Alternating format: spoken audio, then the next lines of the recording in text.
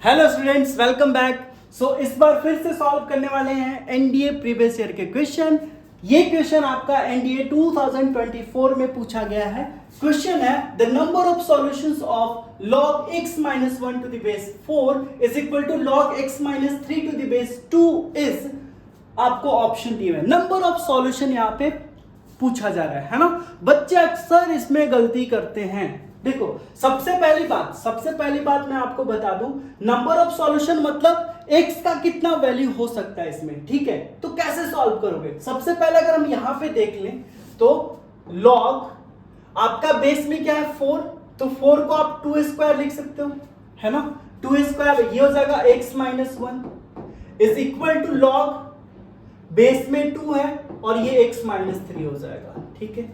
By property आप क्या जानते हो कि प्रॉपर्टी में ये 2 जो 2 पावर में ये चला जाता है यहाँ पे, तो ये 1/2 हो जाएगा log x minus 1 to the base 2 हो जाएगा इज इक्वल टू log यहाँ पे बेस 2 और x माइनस 3, ठीक है।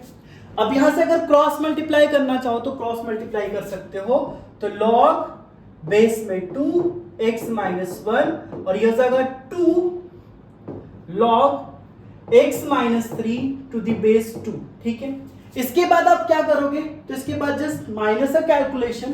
अब क्या करोगे यहाँ पे, तो यहाँ पे देखो आप log इसको ऐसा लिख सकते हो क्या, log x minus 1 to the base 2 is equal to, ये 2 चला जाएगा वहां पे पावर में, तो ये बेस 2 और x माइनस 3 का होल स्क्वायर हो जाएगा।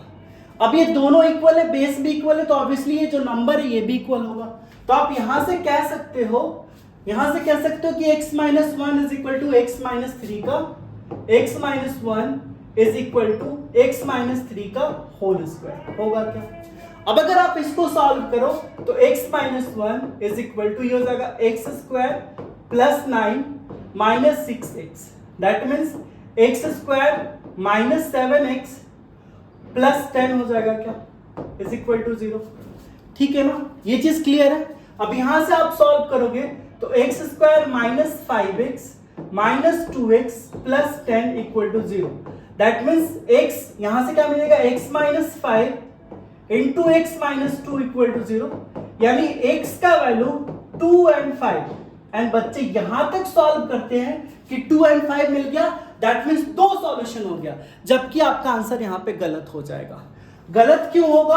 आपको एक चीज पता होना चाहिए, ऑलवेज लॉग के क्वेश्चन में ऑलवेज आपको ध्यान देना है कि लॉग अगर a to the base b है तब ये लॉग तभी डिफाइंड होगा जब a ग्रेटर देन 0 हो, एक चीज। दूसरा b ग्रेटर देन 0 हो, ठीक है। तीसरा b आपका नॉट इक्वल टू 1 होना चाहिए, ठीक है ना। क्लियर है ये चीज? ओके। सो अब देखो, जब भी लॉग के केस में आप सॉल्यूशन निकाल लो ना, तो आप चेक करो कि क्या x is equal to 2 satisfy कर रहा है। अगर x इज इक्वल टू 2 रखोगे तो 2 माइनस 1, ठीक है। 2 माइनस 3 यहां पे नेगेटिव आ रहा है, जबकि आपको पता है कि ग्रेटर देन 0 होना चाहिए, तो x इज इक्वल टू 2 इसका सॉल्यूशन नहीं हो सकता है। अब x इज इक्वल टू 5 देख लो, x इज इक्वल टू 5 हो सकता है क्या, तो 5 माइनस 1 ग्रेटर होगा, 5 माइनस 3 ग्रेटर होगा, दैट मीन्स, ठीक है ना। यानी ये चीज सॉल्यूशन हो सकता है, तो x इज इक्वल टू 5 केवल एक सॉल्यूशन होगा इस क्वेश्चन का आंसर, ठीक है। यस, यहां पे हमने एक प्रॉपर्टी यूज करा, वो मैं आपके लिए लिख देता हूं। सो बेसिकली वो होता है log a to the base b to the power m होता है, तो ये हो जाएगा 1/m log a to the base b, ठीक है। ये प्रॉपर्टी यहां पे अप्लाई करा हमने, ठीक है।